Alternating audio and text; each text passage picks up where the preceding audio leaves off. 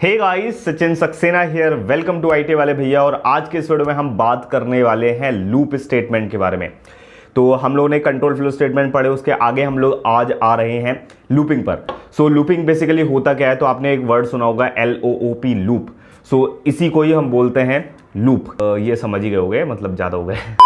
सो loop actually में होता क्या है, तो समटाइम्स हमें यार कोई एक काम करना होता है। अगर हम एक ह्यूमन है, अगर हमें कोई एक चीज़ एक बार लिखनी है तो हम उसको मैनुअली लिखते हैं। अगर वो चीज़ दोबारा से लिखनी है तो अगेन हम मैनुअली लिखेंगे 3 बार, बार बार ऐसे करके हमें बहुत बार यार मैनुअली वो चीज़ करनी होगी। और एक टाइम पे यार हम थक जाएंगे वो चीज़ कर करके। लेकिन सिस्टम के साथ ये समस्या नहीं है। आप यार कंप्यूटर के साथ एक चीज़ को आप कितने भी टाइम्स कर सकते हो। कंप्यूटर ऐसा नहीं होता कि यार बोर हो जाएगा। आपने देखा होगा कि अगर आपकी यार कोई फेवरेट सी मूवी आप एक बार देख लेते हैं, 2 बार देख लेते हैं, एक टाइम के बाद यार बोर हो जाता है कि अब नहीं देखा जाएगा हमसे। लेकिन कंप्यूटर के साथ ऐसा नहीं है, आप उससे वो चीज़ कितनी बार भी करा सकते हो। तो वही चीज़ जब हमें कोई एक चीज़ कितनी बार करानी है तो उसके लिए हम यूज़ करते हैं लूप का। अब यहाँ पे मल्टीपल टाइप के लूप्स होते हैं। लूप्स बेसिकली चीज़ों को ऑटोमेट करना मल्टीपल टाइम। आप एक बार एक कोड लिखोगे, फॉर एग्जांपल आपने जावा में कोड लिखा कि आपको कुछ नंबर को प्रिंट कराना है, ठीक है। तो आपने बस नंबर लिख दिया और वो प्रिंट हो गया। अब वो एक बार प्रिंट हो गया, अब वो चीज़ आपको बार बार करानी है। तो ये चीज़ आप ऑटोमेट कैसे करेंगे, तो इसके लिए आप यूज़ कर सकते हैं लूपिंग। और लूप का आप कुछ एक कंडीशन देंगे, स्पेसिफिक कंडीशन कि यहाँ से यहाँ तक इस कंडीशन पर आपका काम हो जाए। तो कुछ इस तरीके से यूज़ करते हैं। और टाइप्स ऑफ लूप्स के बारे में बात करेंगे, और साथ ही जैसे कि जंपिंग स्टेटमेंट, जैसे कि मैंने आपको बताया था, उनके बारे में भी हम बात करेंगे, जिनको आप लूप्स के साथ में किसी एक स्पेसिफिक कंडीशन पर लगाकर यूज़ कर सकते हैं। तो आओ जानते हैं, बिना किसी देरी के स्टार्ट करते हैं। लेकिन उससे पहले अभी तक आपने इस वीडियो को लाइक नहीं किया तो जल्दी से लाइक करो, चैनल को सब्सक्राइब करो और शेयर करो इस वीडियो को। नीचे कमेंट में बताओ कि आप इस वीडियो को कहाँ से देख रहे हो। So guys, let's start with the loop statement. तो यहाँ पर आप देख सकते हैं कई टाइप्स के लूप्स हैं। सबसे पहले है हमारे पास for loop, while loop, do while loop and for each loop. तो यहाँ पर सबसे पहले आपको बता दूं कि जनरली अगर आप और प्रोग्रामिंग लैंग्वेज देखते हैं तो उसमें आपको केवल 3 ही लूप देखने को मिलते हैं। बट जावा में हमें एक एक्स्ट्रा लूप देखने को मिलता है, that is for each loop. तो हम इसके बारे में बात करेंगे। और यहाँ पर इन दोनों लूप्स को हम एंट्री कंट्रोल लूप कहते हैं, जबकि डू वाइल लूप को एग्जिट कंट्रोल लूप कहा जाता है, ठीक है। तो इन लूप स्टेटमेंट को हम देखने वाले हैं। साथ ही साथ हम इन जंप स्टेटमेंट को भी देखेंगे, अलग अलग कंडीशन पर ब्रेक, कंटिन्यू और रिटर्न। तो पहले हम चलते हैं लूप स्टेटमेंट पर। तो सबसे पहले बात करते हैं कि फॉर लूप क्या होता है, ठीक है। और जैसे कि मैंने बताया कि ये एक एंट्री कंट्रोल लूप है। अब एंट्री कंट्रोल लूप और एग्जिट कंट्रोल लूप का क्या मतलब है, इसके बारे में भी हम बात करेंगे। तो सबसे पहले हम चलते हैं अपने आईडी पर। सो गाइज, हमने जावा लूप नाम का एक प्रोजेक्ट बना के उसके अंदर लूप नाम की एक क्लास बना ली है, और ये रहा हमारा मेन फंक्शन। तो आज हम जानेंगे सबसे पहले लूपिंग के बारे में। तो उससे पहले मैं आपको एक चीज़ दिखाता हूँ कि अगर हमें यार कोई भी नंबर को फॉर एग्जांपल प्रिंट कराना है, और मैंने आपसे कहा कि यार वो चीज़ मुझे 10 बार करानी है। तो फॉर एग्जांपल मुझे 5 को प्रिंट कराना है 10 टाइम्स। तो मेरे पास एक तरीका ये है कि मैं जस्ट इस नंबर को लिखूँ और इसको प्रिंट करा दूँ। तो ये तो एक बार हो गया। ऐसा ही मुझे यही चीज़ 10 बार करनी है। तो मेरे पास एक तो तरीका ये है कि हम यहाँ पर इसको 10 बार प्रिंट कराएं, कुछ इस तरीके से, और उसके बाद रन कराएं।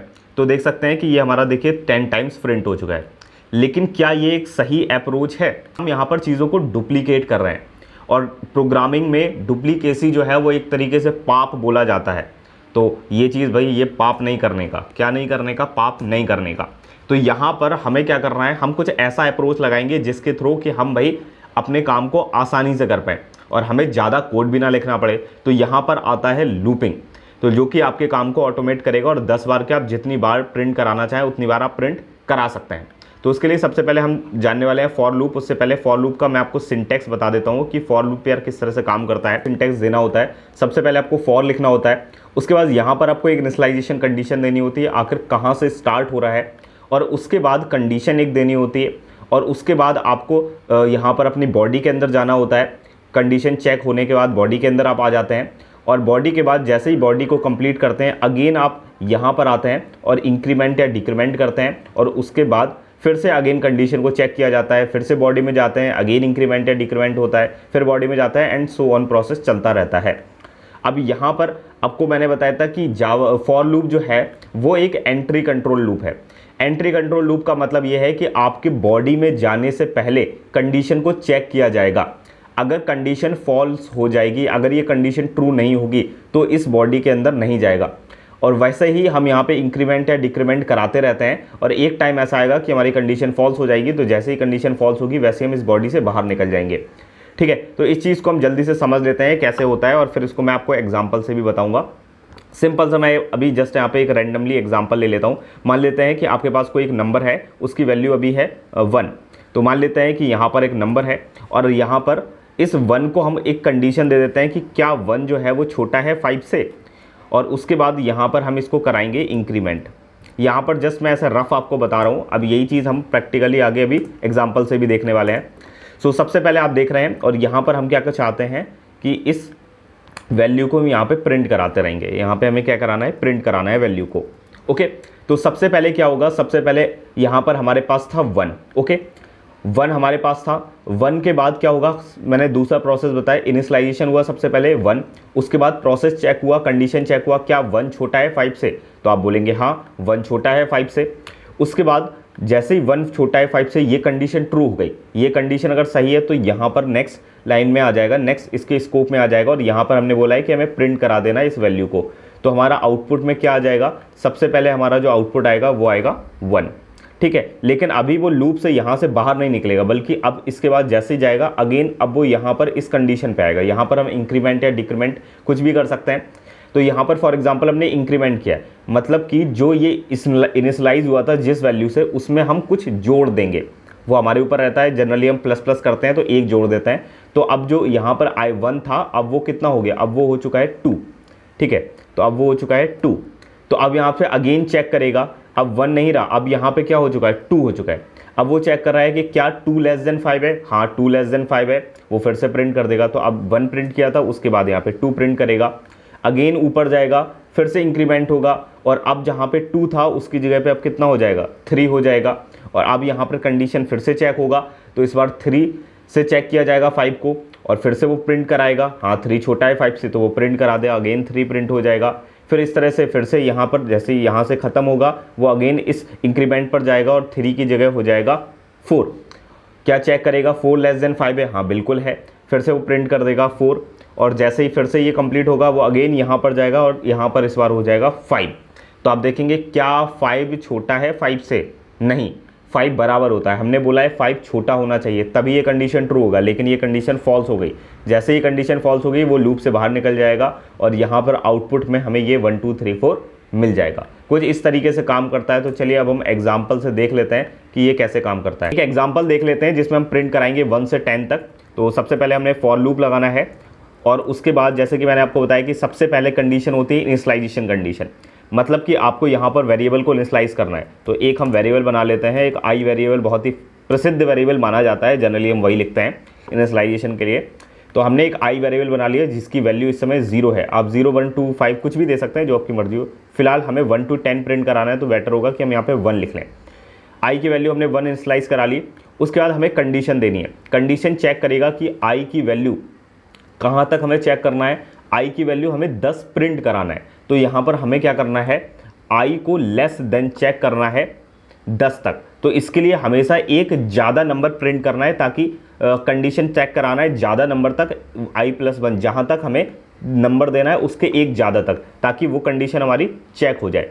तो हमें आई को चेक करना है कि आई लेस देन 11, कि अगर हमारा i लेस देन 11 होगा तभी हमारा 10 तक प्रिंट होगा। ओके, कंडीशन भी हमने चेक करा दी। और उसके बाद इंक्रीमेंट करना है या डिक्रीमेंट करना है आपके ऊपर है। तो हमें 1 से 10 तक करना है, यानी कि इंक्रीमेंट हो रहा है 1 by 1। तो हमें यहाँ पे क्या करना होगा, प्लस प्लस करना होगा, यानी कि इसका मतलब यही होता है i++ का कि i = i+1, i में 1 जोड़ा ही जा रहा है। ओके, कुछ इस तरीके से हो गया। अब अगेन हमको प्रिंट कराना है तो हम सिंपल यहाँ पे प्रिंट करा लेंगे। तो सिंपल यहाँ पर हम प्रिंट करा लेंगे i = और यहाँ पर मैं i को प्रिंट करा दे रहा हूँ। ठीक है, लाइन चेंज यहाँ पर ln हो ही रहा है। और आप देखेंगे कि यहाँ पर i = 1, सबसे पहले i = 1 था, कोई बात नहीं। कंडीशन चेक हुआ, i की वैल्यू इनिशियलाइज स्टार्टिंग में थी 0, 0 लेस देन 11। ठीक है, कंडीशन ट्रू हुआ और वो इसने प्रिंट करा दिया। तो i की वैल्यू यहाँ पर 1 प्रिंट हो गई। अगेन हम नेक्स्ट पे गए, नेक्स्ट यहाँ पर i++ हो गया। i की वैल्यू हो चुकी है 1 से अब कितनी, 2। तो i की वैल्यू हो चुकी है 2। तो 2 चेक किया जाएगा, 11 से 2 भी छोटा है, तो इस तरह से उसने 2 को प्रिंट करा दिया। अगेन i++ हुआ, उसके बाद फिर i की वैल्यू 3 एंड सो ऑन, 4 5 6 7 8 9 10। इस तरीके से एक कंडीशन ऐसी आएगी जब i की वैल्यू हो जाएगी 10। ठीक है, इंक्रीमेंट हो के तो i की वैल्यू हो गई 10। तो 10 को चेक करेगा, 10 लेस देन 11 है, हाँ 10 लेस देन 11 है, तो यहाँ पर 10 को उसने प्रिंट कर दिया। और फिर जैसे ही इंक्रीमेंट हुआ होगा तो i की वैल्यू हो गई होगी 11, और i की वैल्यू जब 11 हुई तो i लेस देन 11 है क्या, यानी कि 11 लेस देन 11, तो ये कंडीशन हो गई फॉल्स। तो जब ये कंडीशन फॉल्स हो गई तो यहाँ पर वो इसके अंदर नहीं गया। जब ये कंडीशन ट्रू होगी तभी वो इसके अंदर जाएगा और वैसे इससे बाहर आ जाएगा। और बाहर आने का मतलब ये है, अगर मैं यहाँ पर कुछ भी लिख देता हूँ तो इसके बाद यहाँ पर मैं लिख सकता हूँ कि आउटसाइड द लूप। अब यहाँ पर जैसे देखेंगे तो प्रिंट करने पर 1 से 10 तक तो प्रिंट हुआ, 1 से लेके 10 तक ये कंडीशन प्रिंट हुई, ये कंडीशन चली, और उसके बाद यहाँ पर लिख के आ गया आउटसाइड द लूप। तो कुछ इस तरीके से ये काम करता है हमारा फॉर लूप। और फॉर लूप के अंदर आप अपने अकॉर्डिंग टू कंडीशंस आप चीज़ों को चेंज कर सकते हो। फॉर एग्जांपल मान लेते हैं कि हमें क्या करना है, अब हमें प्रिंट करना है 1 से लेके 10 तक जितने भी इवन नंबर आते हैं हमें सिर्फ वही चाहिए, ऑड नंबर नहीं चाहिए। तो हम यहाँ पे क्या कर सकते हैं, हम एक लूप लगाएंगे। Again i is equals to 1 से हमने चेक किया, मैं इसको इनिशियलाइज कराता हूँ, और इंटीजर वेरिएबल है। कंडीशन चेक करूंगा कि i की वैल्यू जो है वो लेस देन 11 रहे। यहाँ पर एक चीज़ ध्यान रखिएगा कि हमें ये ध्यान रखना है कि हमारा जो चेक हो वो उससे एक नेक्स्ट ज़्यादा तक हो जब भी वैल्यू को हमें कंडीशन देनी है। और अगर इन केस अगर आप इसके इक्वल रखना चाहते हैं तो भी आप कर सकते हैं कि अगर आप i लेस देन 11 नहीं रखना चाहते हैं तो आप इसको ऐसे भी लिख सकते हैं कि i तब तक चेक हो जब तक इसके बराबर ना हो जाए, जहां तक हमें चेक कराना रहेगा एटलीस्ट हमें वहां तक कंडीशन देनी है। तो आप ये चीज़ भी दे सकते हैं या फिर i लेस देन 11 भी दे सकते हैं, मतलब उससे एक ज़्यादा या फिर उसके इक्वल टू तक। ओके, इसके बाद हमें i++ करना है। अब जैसे कि मैंने बोला आपसे कि यहाँ पर हमको चाहिए, और यहाँ पर हर बार आपको इस तरीके से सेमी कॉलन देना होगा, इनिशियलाइजेशन के बाद सेमी कॉलन, कंडीशन के बाद सेमी कॉलन, और इंक्रीमेंट या डिक्रीमेंट के बाद सेमी कॉलन नहीं दिया जाता है। अब यहाँ पर कंडीशन बोला है कि आपको हर बार इवन नंबर चाहिए। तो इवन नंबर कौन से होते हैं वो हमें पता होने चाहिए। तो इवन नंबर होते हैं जिनको 2 से डिवाइड हो जाते हैं। तो अब हमें ऐसा कुछ यहाँ पे कंडीशन लगानी है जो 2 से डिवाइड हो जाए। तो यहाँ पर हमें लगाना होगा कुछ कंट्रोल स्टेटमेंट कि ऐसा हो तो वैसा हो जाए। तो यहाँ पर हम एक कंट्रोल स्टेटमेंट लगा सकते हैं कि अगर जो हमारा ये वैल्यू है, ये वैल्यू 2 से डिवाइड हो जाए तो हमें उसको प्रिंट कराना है, अदरवाइज नहीं कराना है। तो यही तो हुआ हमारा लॉजिक। तो यहाँ पर हम क्या कर सकते हैं, i को लिखेंगे, और हमें पता है कि एक ऑपरेटर होता है जिससे हमें पता चलता है कि रिमाइंडर, कि अगर हमें किसी भी नंबर को डिवाइड करते हैं और रिमाइंडर 0 है तो उससे हमें पता चल जाता है कि हाँ भाई ये नंबर उससे डिवाइड होगा, जिसको हम बोलते हैं मॉडुलस ऑपरेटर।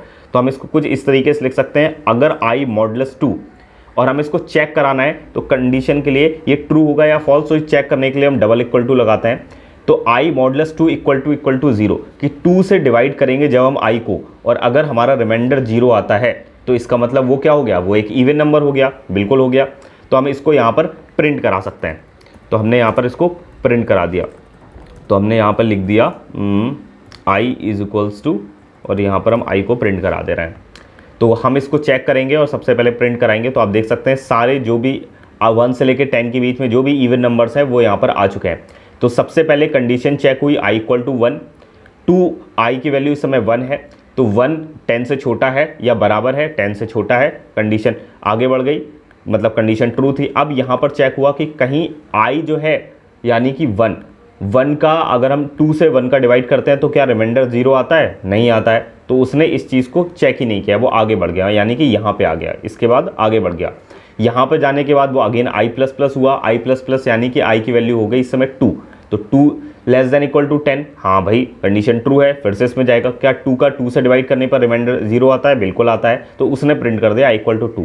इसी तरह से केसेस बनते रहेंगे, चेक होता रहेगा, और एक टाइम पर i की वैल्यू हो जाएगी 10 पर चेक करेगा, कंडीशन ट्रू हो गई, 10 इक्वल टू 10 या 10 लेस देन इक्वल टू 10, यहाँ पर लेस में भी चलेगा और इक्वल में भी चलेगा। तो 10 is less than equal to 10, तो 10 के बराबर होता है। तो यहाँ पर ये कंडीशन ट्रू हो गई, तो i की वैल्यू हो चुकी है 10, तो 2 का 10 से डिवाइड होगा, हाँ रिमाइंडर 0 आएगा, कंडीशन ये भी सही हो गई। जब ये कंडीशन ट्रू हो गई तो उसने i को प्रिंट करा दिया 10, और इस तरह से नेक्स्ट जाएगा तो i की वैल्यू हो जाएगी 11, अगेन 11 को चेक करेगा, 11 लेस देन या इक्वल टू 10, 11 छोटा है 10 से या बराबर है, तो छोटा तो नहीं है, बराबर भी नहीं है, तो ये कंडीशन हो गई फॉल्स। जैसे ही फॉर लूप से गलत हुआ तो कंडीशन फेल्स हो गई, फॉल्स होने के बाद यहाँ पर बाहर आ जाएगा। आपको इफ एल्स वगैरह में बताया था कि आप यहाँ पर नेस्टेड का यूज़ कर सकते हो, मतलब एक के अंदर दूसरा, वैसे आप ये चीज़ लूपिंग में भी कर सकते हो। इन केस आपको एक लूप के अंदर दूसरा लूप डालना है तो वो चीज़ भी आप कर सकते हैं। आप सेम लूप के अंदर सेम लूप या दूसरे लूप के अंदर दूसरा लूप भी डाल सकते हैं। तो मैं वो आपको एक एग्जाम्पल से बता देता हूँ। सबसे पहले मैं इनिशियलाइज करता हूँ, पिरामिड पैटर्न होता है, बहुत सारे फेमस है, आप उनको देख सकते हैं। तो फॉर एग्जाम्पल हम यहाँ पर अपना i से स्टार्ट कर रहे हैं और फॉर एग्जांपल यहाँ पर हम चाह रहे हैं कि आई की वैल्यू जो है 0 से लेके <5 तक चेक करना है। <5 तक चेक करने का मतलब ये है कि 0 1 2 3 4 यानी कि टोटल वैल्यू तो हो गई 5, लेकिन यहाँ पर 0 से स्टार्ट होने की वजह से वो 4 तक ही चेक करेगा, उससे एक कम तक। ठीक है, 0 1 2 3 4। ये अगर मैं इसको प्रिंट कराऊंगा तो कुछ इस तरीके से यहाँ पर आएगा। फिलहाल हमको प्रिंट नहीं कराना है अभी। ठीक है, तो यहाँ पर i <5 है यानी कि 4 <5 तक यहाँ पर वर्क करेगा। 5 तो बड़ा हो जाएगा। अब यहाँ पर हम क्या चाहते हैं कि ये हमने एक वेरिएबल फॉर लूप क्रिएट कर लिया। अब हम चाहते हैं कि हमें कुछ स्टार पैटर्न वगैरह बनाना है। तो हम एक यहाँ पर एक सिंपल सा स्टार पैटर्न बहुत ज़्यादा फेमस है, वो मैं आपको बता रहा हूँ। इस लूप के अंदर भी हम दूसरा लूप डाल के चला सकते हैं, तो बिल्कुल चला सकते हैं। तो यहाँ पर हम क्या करेंगे, सबसे पहले ये हमने यहाँ पर इस तरीके से फॉर लूप इनिशियलाइज किया, कंडीशन दे दी, और अब हम चाहते हैं कि जब ये कंडीशन ट्रू हो तो एक और लूप चल जाए। तो यहाँ पर हम फिर से एक फॉर लूप लगा दे रहे हैं और उसके बाद इसको भी इनिशियलाइज करा रहे हैं। अब यहाँ पर ये ध्यान रखना है कि हम लोग इनिशियलाइजेशन दूसरे वेरिएबल से कराएंगे। हमने आई से कराया तो हम इसको जे से करा लेते हैं। और इस बार हम यहाँ पर चाहते हैं कि जे जो है वो लेस देन रहे, लेस देन इक्वल टू मान लेते हैं आई के। तो अब देखिए यहाँ पर एक बहुत ही सुंदर सा स्टार पैटर्न बन के आ जाएगा J++। तो ये वाली कंडीशन आप समझ पा रहे होंगे। मैं आपको बताता हूँ क्या हो रहा है एक्चुअल में यहाँ पर। उससे पहले मैं यहाँ पे प्रिंट करा देता हूँ और यहाँ पर हम एक स्टार पैटर्न।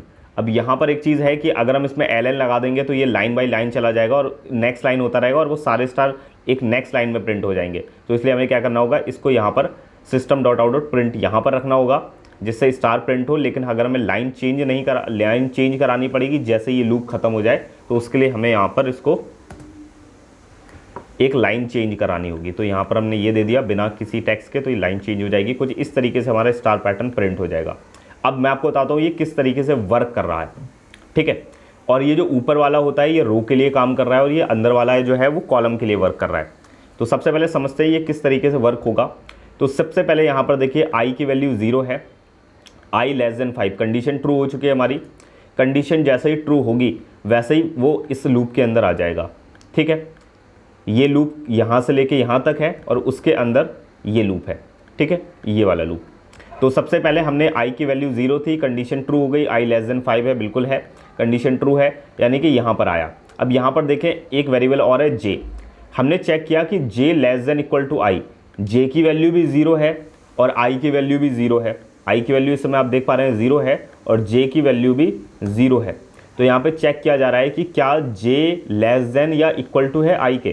तो अगर ये कंडीशन सही हो जाएगी तो ही हम नेक्स्ट पे जाएंगे।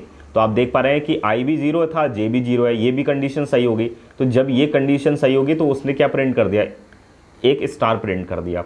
अब यहाँ पर जैसे कि आपको बताया कि नेक्स्ट क्या होता है, J++ होता है, मतलब जिस लूप के अंदर रहेंगे उसको इंक्रीमेंट करता है।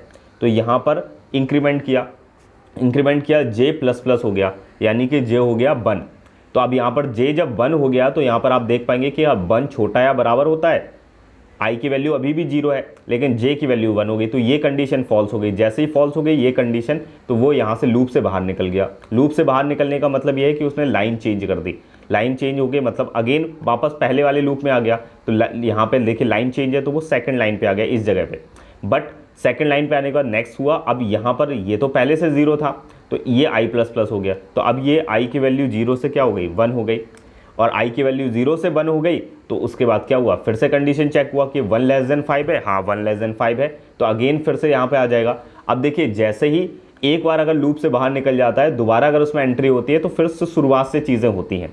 ठीक है, तो यहाँ पर अब माना जाएगा कि j फिर से स्टार्टिंग से स्टार्ट होगा। अब हमारी i की वैल्यू 1 है लेकिन यहाँ पर j फिर से 0 है और j <= i। तो j अभी 0 है और i की वैल्यू 1 है, तो 0 और यहाँ पर i की वैल्यू है हमारे पास 1। तो यहाँ पर 0 जो है वो छोटा होता है 1 से, बिल्कुल होता है। तो उसने फिर से स्टार प्रिंट कर दिया एक बार और अगेन J++ हुआ और अगेन 1 हुआ। तो अब यहाँ पे फिर से चेक करेगा कि 1 और 1 = 1, फिर से सही बात है, फिर से ये स्टार प्रिंट हुआ, फिर से J++ हो गया तो i की वैल्यू हो जाएगी 2। और जब i की वैल्यू 2 हो जाएगी तो उसके बाद फिर से कंडीशन फॉल्स होने पर ये प्रिंट नहीं होगा और अगेन लाइन चेंज। एंड ये सिलसिला इस तरीके से चलता रहेगा और एक टाइम तक फिर यहाँ पर जब सारे कंडीशन पर यहाँ पर हमें 1 2 3 4 5 कुछ इस तरीके से स्टार पैटर्न जो है वो मिल जाएंगे। तो ऐसे आप मल्टीपल नेस्टेड लूप भी चला सकते हैं और भी मल्टीपल कंडीशंस पर चला सकते हैं। एक चीज़ आपको और बता देते हैं, कुछ ऐसी कंडीशंस भी होती है जहाँ पर हमारा लूप जो है वो इन्फिनाइट टाइम तक चलता रहता है।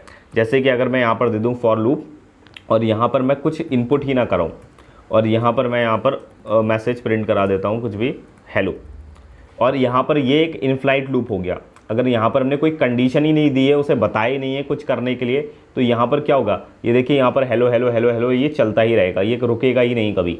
तो इनफ्लाइट लूप भी होता है, कभी कभी हमें ज़रूरत पड़ती है इनफ्लाइट लूप की। आप इस रेड बटन पर क्लिक करके अपने प्रोग्राम को टर्मिनेट कर सकते हैं, लेकिन हमें कभी सजेस्ट नहीं किया जा सकता है ऐसे प्रोग्राम के लिए। मोस्टली बहुत ही रेयर कंडीशन में हमें इनका यूज़ करना होता है, और मैंने आपको बता दिया कि इस तरह की जब कोई कंडीशन नहीं होती है तो फिर यहाँ पे ये भगता ही रहेगा, रुकेगा ही नहीं मतलब। Okay, now let's talk about while loop. तो फॉर लूप हमने समझा, ये भी एक एंट्री कंट्रोल लूप है, व्हाइल लूप भी एंट्री कंट्रोल लूप है, यानी कि कंडीशन को पहले चेक किया जाएगा, उसके बाद ही आपका लूप की बॉडी के अंदर घुसेगा।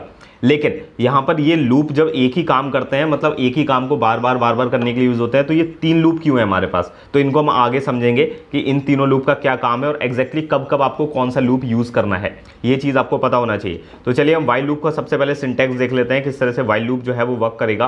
तो सबसे पहले आपको क्या करना है, सिंपली यहाँ पर मैं सिंटैक्स बता देता हूँ आपको। सबसे पहले यहाँ पर इनिशियलाइजेशन सबसे पहले करना होगा, आपके पास जो भी वेरिएबल वगैरह होगा, उसके बाद आपको सिंपली व्हाइल देना है। व्हाइल के बाद आपको यहाँ पर जो है वो कंडीशन चेक कराना है।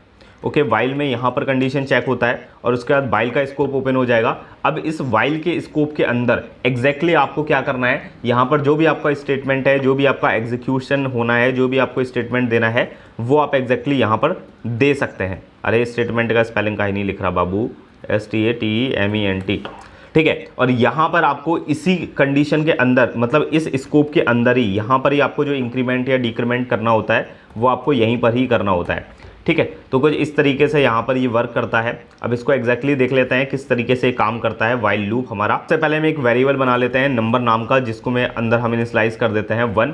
तो इस स्पेशली इस समय हमारे नंबर के पास है 1, एक हमारा असाइन है। हम कंडीशन लगाना स्टार्ट करते हैं, लिखते हैं व्हाइल, और अब हम नंबर को चेक कराते हैं, कंडीशन देते हैं कि नंबर जो है हमारा तब तक चले जब तक 10 नहीं हो जाता। तो ये लूप तब तक चलता रहेगा, ठीक है, जब तक 10 नहीं हो जाएगा। ये क्या होगा, कंडीशन चेक कर रहा है। यहाँ पर ये बूलियन के लिए होता है कि ये ट्रू या फॉल्स, अगर ये ट्रू है तो इसके अंदर जाएगा, अगर ये फॉल्स है तो इसके अंदर नहीं जाएगा, ठीक है। सबसे पहले वो चेक करेगा कि नंबर जो है इक्वल टू 1, एक वेरिएबल है नम नाम का, उसके अंदर है 1 है, तो यहाँ पर वो चेक करेगा कि क्या नंबर, यानी कि while number is less than equal to 10, क्या 1 is less than equal to 10 है। कंडीशन ट्रू हो गई, अगर ये ट्रू है तो इसको प्रिंट करा देगा, या जो भी यहाँ पर स्टेटमेंट लिखा होगा वो यहाँ पर चल जाएगा। तो हमने बोल दिया कि भाई यहाँ पर नंबर को क्या करा देना है, आपको प्रिंट करा देना है, ओके। और ऐसे एक बार प्रिंट करा देगा, लेकिन फिर हमें उसको इंक्रीमेंट या डिक्रीमेंट भी कराना होता है। तो यहाँ पर हमने लिखा नम प्लस प्लस, कि हर बार नम को वो क्या करता जाए, प्लस प्लस करता जाए। तो अब हम देख रहे हैं यहाँ पर 1 से लेकर 10 तक उसने यहाँ पर प्रिंट करा दिया। सेम वही प्रोसेस है, सबसे पहले नम की वैल्यू है 1, चेक किया 1 इज़ लेस देन 10, हाँ कंडीशन ट्रू है कि 1 जो है वो छोटा होता है 10 से, उसने प्रिंट करा दिया नम को, यानी कि 1 को प्रिंट करा दिया। उसके बाद नम प्लस प्लस हो गया, यानी कि नम की वैल्यू हो गई 1, 1 से इंक्रीमेंट हो जाएगी, अभी नम प्लस प्लस लगा है, यानी कि अभी तो 1 है, बट जैसे ही लाइन चेंज होगी वो 2 हो जाएगा। तो आई की वैल्यू यहाँ तक आते आते हो जाएगी 2। तो 2 is less than equal to 10, 2 less than equal to 10, फिर से प्रिंट करा दिया 2, और फिर से नम प्लस प्लस, आई की value 3 and 4 and so on. एक टाइम तक ऐसा आ जाएगा कि उसकी जो वैल्यू है वो हो जाएगी 10। तो जैसे ही 10 हो जाएगी वैसे ही आप देखेंगे कि कंडीशन मैच कर रही है 10 पर भी, क्योंकि इक्वल टू लगा हुआ है, तो 10 को प्रिंट कर देगा, और नम प्लस प्लस के बाद आई की वैल्यू हो जाएगी 11। लेकिन 11 में कंडीशन हो जाएगी फॉल्स, क्योंकि ये मैच नहीं कर रहा। Num is less than equal to 10, ये नहीं मैच हो रहा बिकॉज ये 11 है, तो यहाँ पर ये फॉल्स हो जाएगा, तो वो बाहर निकल जाएगा। तो 11 के बाद यहाँ पे कुछ नहीं आया, 10 के बाद कुछ इस तरीके से काम करता है। आप इसके अंदर भी एक लूप डाल सकते हैं, ठीक है, व्हाइल के अंदर भी नेस्टेड वगैरह लूप, और यहाँ पर इसको प्रिंट करा सकते हैं। और अगर कोई कंडीशन देनी है तो यहाँ पर भी हम कंडीशंस वगैरह दे सकते हैं। अब चलिए बात करते हैं कि किस कंडीशन में व्हाइल हमारा जो होता है वो इन्फिनाइट टाइम तक चलता रहता है। तो अगर आप लिखेंगे व्हाइल, और यहाँ पर अगर इसको आप ट्रू कर दें, तो अब ये व्हाइल जो है वो ट्रू रहेगा। व्हाइल ट्रू है यानी कि ये हमेशा सही है, ये कंडीशन कभी फॉल्स ही नहीं हो रही। तो जब ये फॉल्स नहीं हो रही तो इसके अंदर जो कुछ भी लिखा होगा, चलो मैं हाई लिख देता हूँ, और ये चीज़ अब ये हाय हाय हाय हाय होता रहेगा, सॉरी हाय हाय हाय हाय, ठीक है। तो ये हाय हाय हाय करता रहेगा हमेशा, ओके। तो यहाँ पर ये फॉल्स नहीं होगी कंडीशन कभी, क्योंकि ये चलेगा ही, चलता ही रहेगा, चलता ही रहेगा, चलता रहेगा इस तरीके से। तो इसलिए यहाँ पर ये कंडीशन है इसकी, जब ये इन्फिनाइट टाइम तक मूव हो रहा है। अब नेक्स्ट बात करते हैं हम लोग डू वाइल लूप की। जो कि एक एग्जिट कंट्रोल लूप है। और डू वाइल लूप की एक खास बात यह है कि ये जो है यार एक बार एटलीस्ट चलता ही चलता है, इसीलिए इसको एग्जिट कंट्रोल लूप बोला जाता है। इसके लिए क्या होता था, पहले कंडीशन चेक होती थी और उसके बाद यहाँ पर हमारा लूप जो है वो रन होता था। लेकिन एग्जिट कंट्रोल लूप ऐसा है कि यहाँ पर एक बार लूप चलेगा, पहले लूप चलेगा, उसके बाद में कंडीशन चेक होती है, तो इसलिए इसको एग्जिट कंट्रोल लूप बोला जाता है। देख लेते हैं डू वाइल लूप का। तो सबसे पहले जैसे कि आपको इनिशियलाइजेशन तो करना ही होगा पहले से, और उसके बाद आपको डू वाइल की कंडीशन देनी है। लेकिन यहाँ पर क्या होता है, आपको सबसे पहले लिखना है डू, और इस डू के अंदर सबसे पहले यानी कि आपको होता है कि ये स्टेटमेंट पहले रहता है आपका, जो भी आपको लूप की कंडीशन ट्रू होने पर जो कराना होता था वो चीज़ आपको यहाँ पर पहले दे देना होता है डू के अंदर। ठीक है, स्टेटमेंट पहले ही प्रिंट हो गया। उसके बाद आपको क्या करना है, यहाँ पर इंक्रीमेंट या डिक्रीमेंट जो भी आपको कराना है वो भी आपको यहीं पे करा देना होता है। उसके बाद आप जाते हैं वाइल पर, और वाइल में आप कंडीशन चेक करते हैं। यहाँ पर एग्जैक्टली कंडीशन चेक होती है। ठीक है, तो एग्जैक्टली कंडीशन जो है वो इस जगह पर चेक होती है, कुछ इस तरीके से काम करता है। और यहाँ पर आपको फिर लास्ट में देना होता है सेमी कॉलन। तो कुछ इस तरीके से सिंटैक्स जो है वो इसका काम करता है। तो देख लेते हैं कि ये कैसे काम करता है। और एग्जिट कंट्रोल लूप भी यही चीज़ है कि सबसे पहले देखिए यहाँ पर क्या हुआ, आपका स्टेटमेंट चल रहा है, पहले उसने स्टेटमेंट प्रिंट कर दिया, उसके बाद में कंडीशन चेक हो रही है। तो यहाँ पर एग्जिट होते टाइम जो है कंडीशन चेक होती है, इसलिए इसको बोलते हैं एग्जिट कंट्रोल लूप। चलो देख लेते हैं किस तरह से काम करता है। तो सबसे पहले तो हमें इनिशियलाइजेशन कराना है, तो इंटीजर हम एक नंबर बना लेते हैं जिसकी वैल्यू हम रख देते हैं इनिशियली 1। और अब हम यहाँ पे क्या करते हैं, डू वाइल लूप चलाते हैं। डू दे दिया।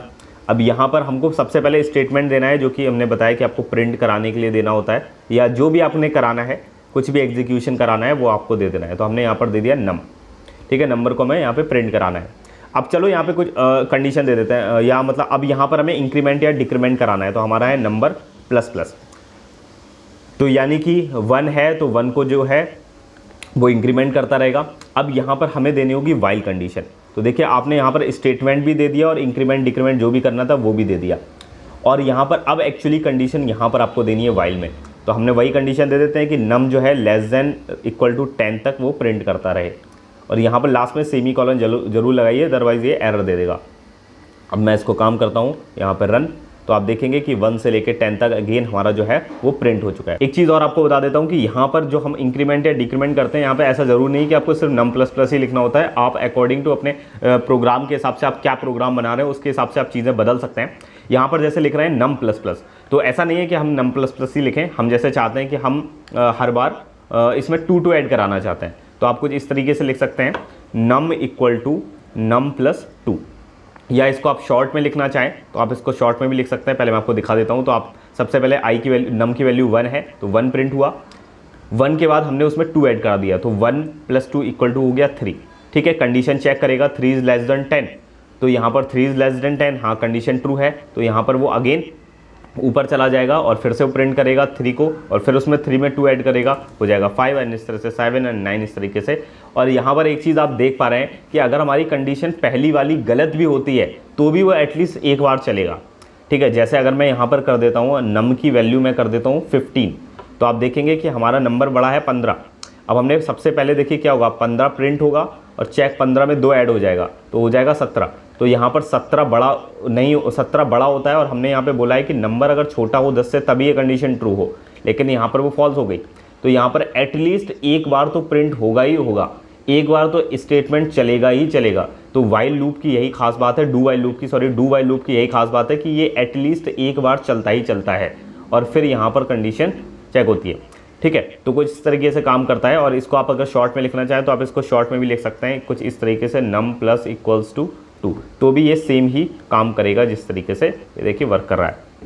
अगर हम चाहते हैं कि हमें इसको यहाँ पर अनकंडीशनल टाइम चलाना है, मतलब बिना रुके इसको इन्फिनाइट टाइम तक चलाना है, तो भी आप इसको चला सकते हैं बिना किसी रुके। जैसे कि मैं यहाँ पर चाहता हूँ कि ये हमेशा चलता रहे और हर बार उसमें 2 ऐड होता रहे। नम इक्वल टू 1 है और ये हर बार 2 ऐड होता रहे। और यहाँ पर मैं अगर दे देता हूँ, ये भी बूलियन की तरह काम करता है। अगर मैंने यहाँ पर दे दिया ट्रू, तो अब ये हमेशा ट्रू रहेगा, ये कभी फॉल्स ही नहीं हो रहा। कोई कंडीशन ऐसी नहीं है कि ये फॉल्स होगा, क्योंकि तो हमेशा भागता रहेगा। तो हमेशा 1 2 3 4 इस तरह से देखिए हमेशा वो उसमें ऐड होता जा रहा है और ये कभी ना ख़त्म होने वाला। यहाँ पर इस तरह से ये भगता रहेगा, तो काफ़ी बड़ा नंबर हो जाएगा। मैं इसको स्टॉप कर देता हूँ। तो वो जिस तरीके से यार जो है वो ये भागता रहेगा। आप इसका भी इन्फिनाइट टाइम तक इसको यूज़ कर सकते हैं, इन्फिनाइट के लिए। अब यहाँ पर आपको बता देता हूँ, ये 3 लूप हमारे हो गए। इसके बाद आता है फॉर ईच लूप। उससे पहले अब मैं आपको बता देता हूँ कि यहाँ पर हमें किस लूप का कब इस्तेमाल करना होता है। देखिए, जब भी हम फॉर लूप का यूज़ करते हैं तो यहाँ पर फॉर लूप मतलब ये होता है कि एटलीस्ट आपको पता है कि आपको कहाँ से कहाँ तक जाना है, आपको पता है एग्जैक्टली आपको कितने इटरेट करने हैं। कितने इटरेट करना होता है मतलब लूप करना, कितनी बार आपको बार बार मूव करना है, कितनी बार प्लस प्लस वन, इस तरह से इंक्रीमेंट डिक्रीमेंट कहाँ तक जाना है। जैसे मैं पता है कि हमें लूप को 10 बार चलाना है, तो जब आपको पता है कि लूप को 10 बार चलाना है एग्जैक्टली, तो आप यूज़ करेंगे फॉर लूप। ठीक है, जब आपको एग्जैक्टली पता होता है कि हमें कितने टाइम इटरेट कराना है, ठीक है, तो फॉर लूप यूज़ करते हैं। वाइल लूप क्यों यूज़ करते हैं? वाइल लूप हम यूज़ करते हैं जब हमें नहीं पता होता एग्जैक्टली कि हमें कितने टाइम तक लूप चलाना है। ठीक है, तब हम यूज़ करते हैं। हमें कंडीशन एक्चुअली नहीं मालूम होती कि हमें 10 बार चलाना है, 20 बार चलाना है, अकॉर्डिंग टू प्रोग्राम हमें वो चेंज हो सकता है। तो यहाँ पर हम वाइल लूप का यूज़ कर सकते हैं। और डू वाइल लूप का भी यूज़ करेंगे जब एटलीस्ट आपको पता हो कि यार एक बार तो एटलीस्ट चलाना ही चलाना है, और उसके बाद वो चले चाहे ना चले हमें फ़र्क नहीं पड़ता। एक बार तो मिनिमम, चाहे वो कंडीशन ट्रू हो तब भी चले, चाहे वो कंडीशन फॉल्स हो तब भी चले। तो यही फ़ायदा है डू वाइल का कि एक बार तो एटलीस्ट चलेगा ही चलेगा, कंडीशन फॉल्स होने के केस में भी। तो फिर यहाँ पर तब हम डू वाइल लूप का यूज़ करते हैं। जावा में एक हमें लूप मिलता है फॉर ईच लूप। तो फॉर ईच लूप जो है वो बेसिकली जब हमारे पास स्पेसिफिक टाइप का लूप होता है, और ये जब हम एरे वगैरह पढ़ेंगे तो हम इसका यूज़ कर सकते हैं। इसलिए मैं एक सिंपल सा एग्जांपल से आपको बता देता हूँ फॉर ईच लूप कि बिकॉज ये एरे के लिए मोस्टली वर्क करते हैं। एरे वगैरह के लिए नॉर्मल आप इंटीजर्स वैल्यू के ऐसे डायरेक्टली प्रिंट नहीं करा सकते इसको, और ये जावा में स्पेसिफिक होता है। ठीक है, तो फॉर ईच लूप मैं जल्दी से आपको बता देता हूँ किस तरीके से काम करता है। तो सबसे पहले मान लेते हैं कि हमारे पास एरे है एक। अब एरे क्या होता है वो जावा में हम बाद में बात करेंगे, फिलहाल अभी आप इतना समझ लीजिए एरे क्या होता है। एरे सिंपली जो होता है एक कलेक्शन होता है सेम टाइप के नंबर ऑफ एलिमेंट्स का। ठीक है, जैसे मैंने इंटीजर नंबर है और मेरे पास इंटीजर एरे हैं बहुत सारे। ओके, और उसके अंदर मैं यहाँ पर क्या करता हूँ, कुछ नंबर स्टोर करा देता हूँ। फॉर एग्जांपल 10, 20, कुछ भी कर सकते हैं, 10, 20, 30, 40, 50। तो आप देख सकते हैं कि यहाँ पर मैंने अभी तक आप जो बनाते थे like int number, int n बना देता हूँ, नंबर का तो बन चुका है, इंट एन इक्वल टू 1, ये मैंने रखा। तो आप देख पा रहे हैं एन के अंदर हम केवल एक ही वैल्यू स्टोर कर सकते थे, तो ये एक नॉर्मल वेरिएबल हो गया। लेकिन जब एरे बनाते हैं तो एरे में हम क्या कर सकते हैं, ये हम ब्रैकेट लगा देते हैं। तो इसका मतलब है कि इस नम के अंदर 10 भी है, 20 भी है, 30 भी है, 40 भी है, 50, तो ये सारे इंटीजर हैं। मतलब सेम टाइप का डेटा टाइप के हमने एक के अंदर रख लिए। एक्चुअली कुछ ऐसा समझ लीजिए कि एक ही टाइप की सेम टाइप की जो है, जैसे कि आप एक क्लास मान लेते हैं, तो एक क्लास में 4th क्लास है, तो 4th क्लास में कोई भी एक कक्षा है, 4th क्लास में सारे बच्चे जो पढ़ते हैं वो 4th क्लास के ही रहेंगे सारे। तो सेम वही है कि एक इंटीजर टाइप का हमने वेरिएबल बनाया, डेटा टाइप दिया, और ये ब्रेसेस लगाए जिससे समझ पाएंगे कि हम ये एरे है, और यहाँ पर हमने इसका नाम दिया नंबर, और इसके अंदर हमने कुछ नंबर स्टोर करा लिए। तो अब जो भी नंबर इसके अंदर रहेंगे वो सारे के सारे इंटीजर नंबर रहेंगे, और ये सारे हमने एक नम नाम के एरे के अंदर स्टोर करा लिए। ठीक है, तो ये यहाँ पर हमने एक एरे बना लिया। तो एरे के बारे में अभी आप फिलहाल इतनी समझिए, एरे को हम आगे कंटिन्यू करेंगे जब हम एरे के बारे में बात करेंगे। तो चलिए हम बात करते हैं फॉर ईच लूप के बारे में। तो यहाँ पर ये बिना इंडेक्सिंग के काम करता है, वैसे एरे जो है वो इंडेक्सिंग के लिए वर्क करता है, और ये फॉर ईच लूप स्पेशली इसीलिए फेमस है बिकॉज ये जो है वो बिना इंडेक्सिंग के काम करता है। तो यहाँ पर हमें एक वेरिएबल बनाना होगा, वो हम कोई भी एक यहाँ पर डेटा टाइप बना देते हैं, इंटीजर टाइप का डेटा टाइप है, और हम एक वेरिएबल ले लेते हैं x, और इसके बाद हमें एक कोलन देना होता है और हमारे एरे का नाम देना होता है। और अब हम यहाँ पर जो भी करना है स्टेटमेंट दे देते हैं, और हम इसको यहाँ पर प्रिंट करा देते हैं x को। ठीक है, तो यहाँ पर आप देख पाएंगे हमारा जो एरे है वो यहाँ पे प्रिंट हो चुका है। तो फॉर ईच लूप को इस तरीके से काम करता है। यहाँ पर हमें कुछ इंक्रीमेंट डिक्रीमेंट नहीं कराना होता है, ऑटोमेटिक वो 1 by 1 चलता रहता है। तो हमें सबसे पहले वेरिएबल, यहाँ पर एक वेरिएबल देना रहता है, और यहाँ पर हमारा जो एरे है उसका नाम देना होता है। कुछ इस तरीके से ये वर्क करता है। अगर मैं मान लीजिए कि इंटीजर नहीं है तो हमें कोई डिफरेंट टाइप का बनाना है तो आप वो भी कर सकते हैं। मान लो कि हमारा स्ट्रिंग टाइप का एरे है। अब स्ट्रिंग तो आपको पता ही है, और एरे आपको मैंने बता ही दिया कि जिसमें एक टाइप के बहुत सारे, जनरली स्ट्रिंग हम बनाते हैं, जैसे मैंने स्ट्रिंग नेम लिया तो इस नेम के अंदर हम केवल एक ही नाम रख सकते हैं, जैसे सचिन। ठीक है, लेकिन हम चाहते हैं कि हमें एक एरे बनाना है स्ट्रिंग का, तो जिसमें बहुत सारे नाम आ सकते हैं। तो मैंने लिया स्ट्रिंग और एरे बना दिया, उसके अंदर हमने इसके अंदर दे दिया नेम, और यहाँ पर हम कई सारे नाम रख सकते हैं। तो नेम हम यहाँ पर कई सारे रख देते हैं, जैसे गोलू कॉमा मोलू कॉमा लोलू नहीं रखता हूँ, और कुछ और अच्छा सा नाम चंदू रख देता हूँ, तो यहाँ पर ये सारे जो नाम है वो यहाँ पर मैंने इस एरे के अंदर रख दिए, नेम के अंदर, तो ये स्टोर हो गया। अब जैसे मुझे फॉर ईच लूप चलाना है तो सिंपली अब मैंने फॉर दिया। अब यहाँ पर मैं एक वेरिएबल बना लेता हूँ। अब यहाँ पर ये सारे स्ट्रिंग है, तो यहाँ पर मुझे जो वेरिएबल देना होगा वो स्ट्रिंग बनाना होगा। तो यहाँ पर मैं स्ट्रिंग वेरिएबल दे देता हूँ, आई एक्स, कुछ भी नाम दे सकते हैं। और यहाँ पर ये कोलन लगाया, कोलन लगाया, और उसके बाद यहाँ पर अपने एरे का नाम दे देता हूँ। और अब मुझे यहाँ पे क्या करना है, फॉर एग्जांपल इसको प्रिंट कराना है। ये जस्ट रीड ओनली लूप होता है, यहाँ पर हम कंडीशंस वगैरह ज़्यादा नहीं देते हैं, जस्ट इसको रीड करने के लिए यूज़ करते हैं। और यहाँ पर मैं प्रिंट करा दूंगा अपने आई वेरिएबल को। और जैसे ही मैं आई को प्रिंट कराऊंगा वैसे आप देख पाएंगे कि हमारे सारे नाम गोलू, मोलू, चंदू, गोली, पिंटू, ये सारे काम कर रहे हैं। कुछ इस तरीके से जो है वो हमारे लूप स्टेटमेंट के अंदर ये सारे लूप जो हैं वो वर्क करते हैं।